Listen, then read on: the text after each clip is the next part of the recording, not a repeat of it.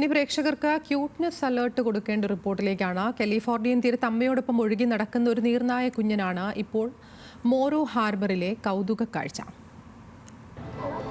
കാലിഫോർണിയയിലെ മോറോ ബേ ഹാർബറിലാണ് ചൊവ്വാഴ്ച ഇരുവരും തലപൊക്കിയത്.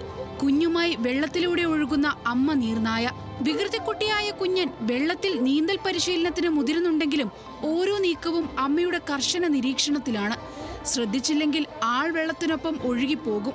അതുകൊണ്ട് കളി അധികമാകുമ്പോൾ പതിയെ എടുത്ത് അമ്മ നെഞ്ചിലേക്ക് കിടത്തും.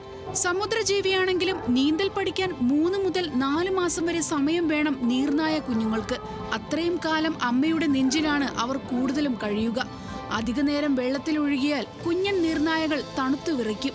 അതൊഴിവാക്കാൻ കൂടിയാണ് അമ്മമാർ അവരെ ചൂട് കൊടുത്ത് സംരക്ഷിക്കുന്നത്.